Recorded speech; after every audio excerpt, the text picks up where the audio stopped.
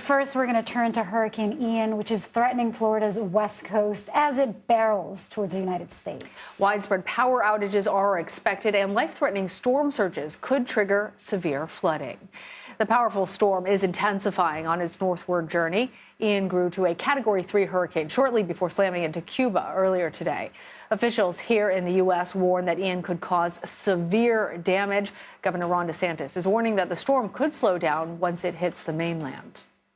Most of the forecasts are anticipating a landfall, then a slow to almost a crawl, which is going to put a lot of saturation in the ground. So this is going to be a major water event, both in terms of the storm surge and in terms of the flooding.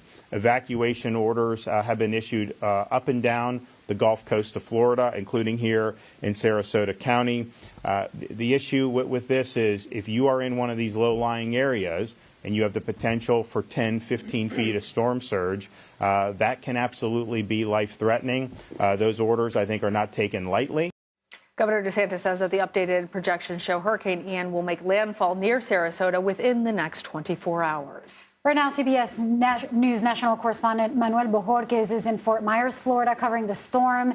Manny, what's it like right now on the ground? We're seeing that you're there in Fort Myers. It seems pretty isolated. Hopefully that means that people have left the threatened areas.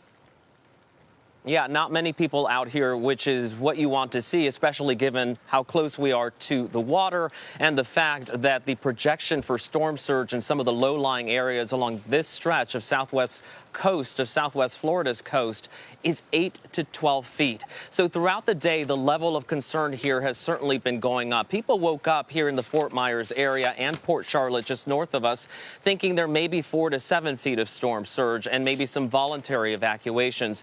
But the shift in the track, bringing it just a little bit closer to this area, made a huge difference. The 8 to 12 feet, that triggered some mandatory evacuations, including for the barrier islands that are just on the other side of this body of water here, Captiva and Sanibel. And if you look over here, you can see that bridge we pointed out earlier, where once the winds get to a certain speed, it's not going to be safe to get up and down that. So people are having to get out now if they can.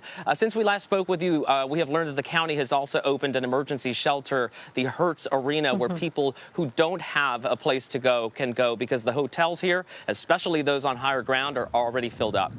Yeah, Manny, we know that bridge well behind you. We've been watching as a few cars have been going by, but as Lilia pointed out, it looks like mostly the traffic there has slowed. People are where they're supposed to be. Obviously, Fort Myers is on the coast, and it has a great deal of bridges and waterways running throughout the city. And tell us, what are city officials' greatest concerns on the ground there ahead of Hurricane Ian? From what we're hearing, the storm surge is definitely the biggest concern here, because you have low-lying areas, not just by the water and those barrier islands, but you have the river that cuts through Fort Myers, and there have been evacuations on low-lying areas there. And just beyond us here, the Charlotte Harbor, there are evacuations in those areas as well. So this does not mean that only people who are on a barrier island or have beachfront properties are being asked to evacuate.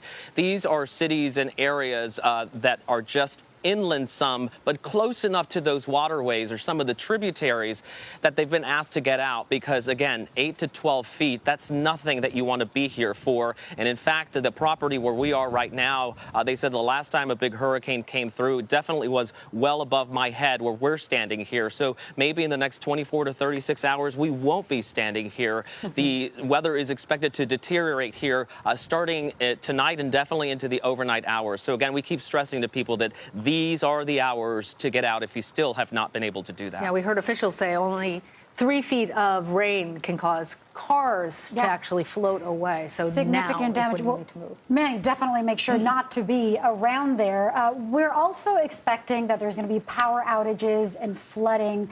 How are emergency officials preparing to expedite the response? Well, once the hurricane makes landfall, what are you hearing? And have they any idea of how long it would take? We're seeing that in Puerto Rico, there's different infrastructure, but Fiona's impact is still felt and hundreds of thousands are without power.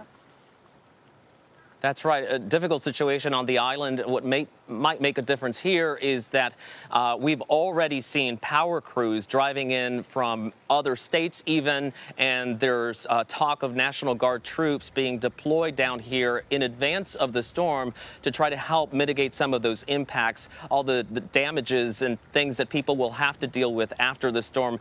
National Guard troops even as far as Kentucky. So you're starting to see already some of the outside help either already positioning here in some of the higher ground or getting ready to go as soon as the worst of the storm passes. And our viewers just saw, the trucks, Yeah, the trucks, the power trucks that are all getting in place for restoring power, which they say certainly there will be those power outages. Yeah, I noted that what I was saying is Biden said 2,000 National Guard troops are being deployed to Florida. That is a significant number of help ahead of the storm hitting. Yeah, well, Manny, you stay safe. Everybody out there in Fort Myers, please stay safe as well. Thanks.